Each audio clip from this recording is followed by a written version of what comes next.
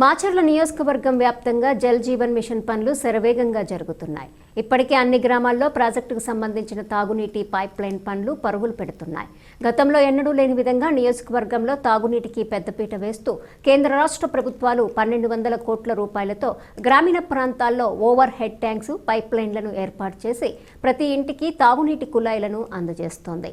కూటమి ప్రభుత్వం నిరంతరం నియోజకవర్గ అభివృద్ధి కోసం ఎమ్మెల్యే బ్రహ్మానందరెడ్డి పరితపిస్తున్నారని, వచ్చే ఏడాది లోపులోనే నియోజకవర్గాన్ని పట్టిపీడుస్తున్న తాగునీటి ఎద్దడికి ముగింపు పలుకుతారని రాష్ట్ర వడ్డెర కార్పొరేషన్ డైరెక్టర్ కొమెర దుర్గారావు ఆశాభావం వ్యక్తం చేశారు.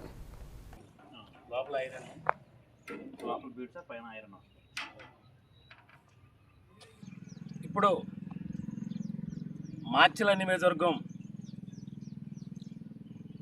ఎంత త్వరగా అభివృద్ధి జరుగుతుంది. మాచర్ల ఎన్నడూ లేని అభివృద్ధి, ఎన్నడూ లేని జనాలు చూడాలని ఇప్పుడు చూస్తున్నారు, చూడబోతున్నారు కూడా. మాచర్ల ఏ రకంగా ఉంటుంది, ఏ రకంగా మీకు తెలుస్తుంది త్వరలోనే. ఈరోజు చూశారు కదా మాచర్ల నియోజకవర్గంలో ఎన్ని పైపులు ఉన్నాయో, ఎన్ని ఇంటింటికి నీరు, తాగునీరు సప్లై చేయడానికి ఎన్ని వర్క్ జరుగుతుంది, ఎన్ని వర్క్ మెటీరియల్ దిగుతున్నాయి. మీరు మాచర్ల నియోజకవర్గంలో త్వరలోనే పూర్తి కాబోతుంది.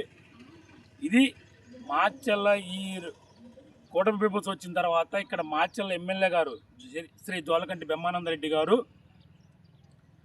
కష్టపడి మాచర్ల నియోజకవర్గాన్ని ఏ రకంగా డెవలప్ చేయాలి, ఏ రకంగా ముందుకు తీసుకెళ్లాలని ఆలోచనతో నిలుచుకుంటా ఎన్నడూ లేని ఈ మంచినీళ్ళు రావడం అనేది చాలా గొప్ప విషయం.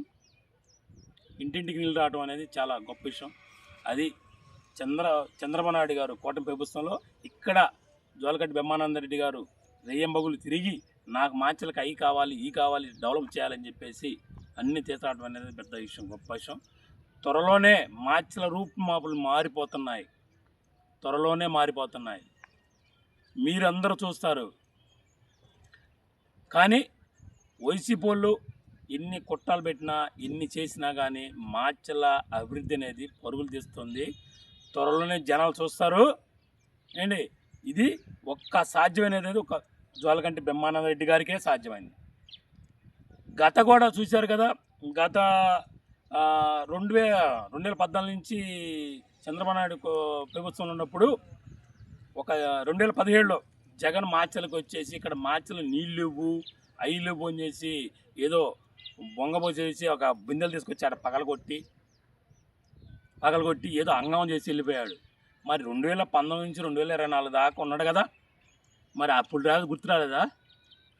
అప్పుడు జనం తెలీదా అంటే మాచర్ల అప్పుడు గుర్తు రాలేదా? దోసుకోవడం, తినటం తప్ప వాళ్ళు ఏమీ చేయలేదు.